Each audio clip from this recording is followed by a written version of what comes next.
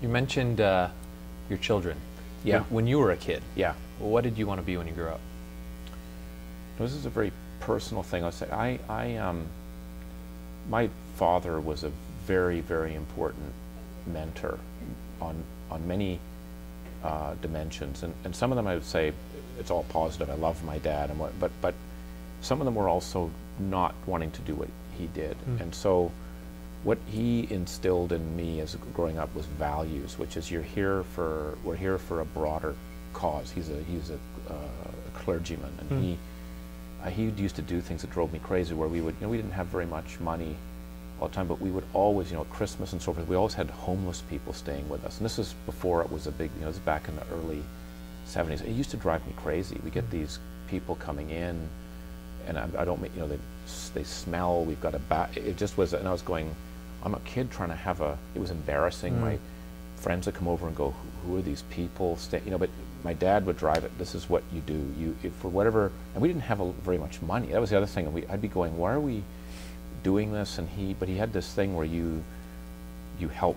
We're here. You help people with whatever you have, and how he just. So to me, he instilled a lot of values about doing the right thing, saying the right thing, even if it's. So he drove that in.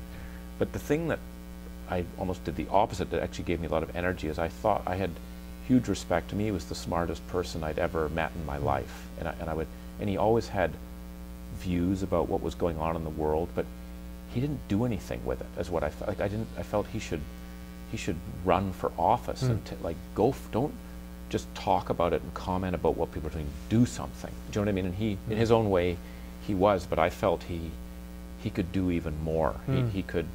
Why wasn't he a cabinet minister? Why? Because he could do it. He's got the brains. He can speak, but he didn't, and that actually made me half crazy. I was going, you got to get stuff done. I don't want to just talk about it, about what other people are doing. How about you get in the arena? Let's not be making commentary in the sidelines. Get in the arena, and let's get into the fight, if you will. So that really drove me, and then I think it's also your friends. I had a group of friends, because I grew up in a farming town in Canada that most people didn't go to university. Well, there was 6 of us in our class of 200 that went to university. Wow. It just wasn't seen as a thing you did. You'd go to the dairy farm and do your stuff. But I had a group of there were 6 friends who were all quite driven in their own similar ways, wanting to, and it was quite not a competitive group, but a group that pushed each other in a way. We were always, and that helped. A couple of teachers that were incredibly inspiring, that would one English teacher who just said, Dominic, you come from this, she was from Vancouver, I remember, and she would drive in every day to school, and she'd say, I know you come from a small, insignificant place that has nothing to do, because what's your dream?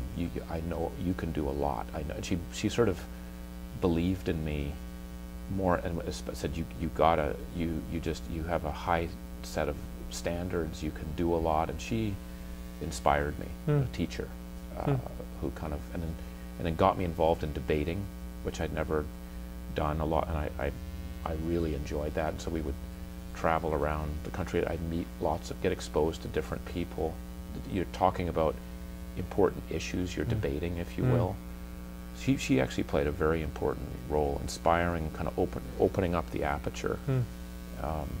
Because otherwise, there could be a chance that you just don't know the way. And my dad, he wanted me to do, but his view is his dad had driven him so much to do. My grandfather was a physicist, and he had a strong view that anything, physics is the only good thing to do. Social sciences are a joke, let alone and he wanted my dad to do what he did, and drove him. And my dad did the opposite. And my dad was view was, if you want to pick up garbage on the street and that's what makes you happy, I'm 100% behind you. I didn't want to hear that. I wanted to hear, you should, I'm blathering on for too long. And now you're managing director of McKinsey, which is a role that I think is the envy of a lot of people in the business world and the world in general. Since becoming managing director, have you noticed any differences in interaction with friends or family or acquaintances or clients? Not really, to be honest. I mean, one thing, maybe with people I don't know, who now, you know, and I'm often meeting people I don't know, and they'll have a reaction to me. So that changes a bit, how the relationship. Also with CEOs, because now there's more of a peer relationship, because they know, yes, you've been an advisor your life, but now you have 17,000 people and 90 different you're probably having to go through similar things that we go through. So there's more of a peer. I don't want to sound arrogant.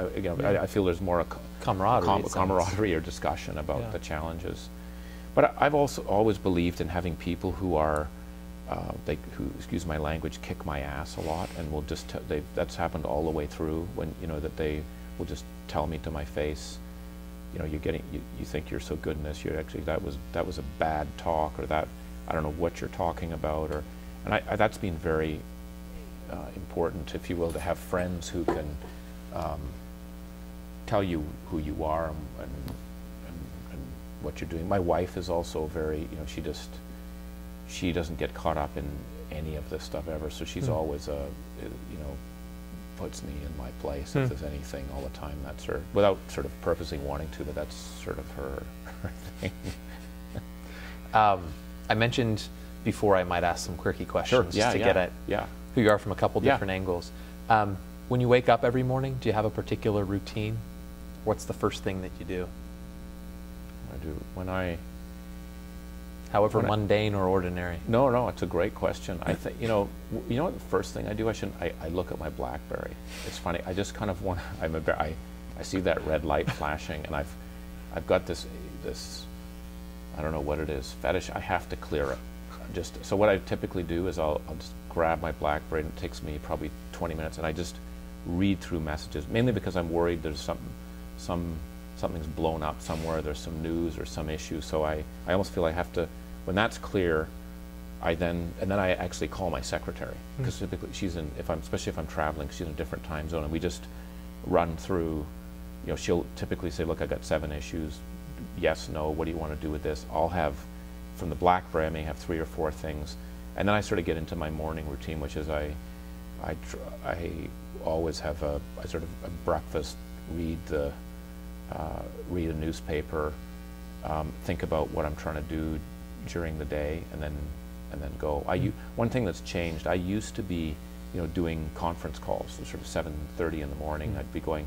Now my view is I don't want to start any meeting until 8:30 in the morning. I just to make sure I have time to do this, because otherwise I feel, and people I think can tell, I feel unsettled. There's something that I haven't checked my messages and so forth. Does that? Absolutely, yeah. Yeah.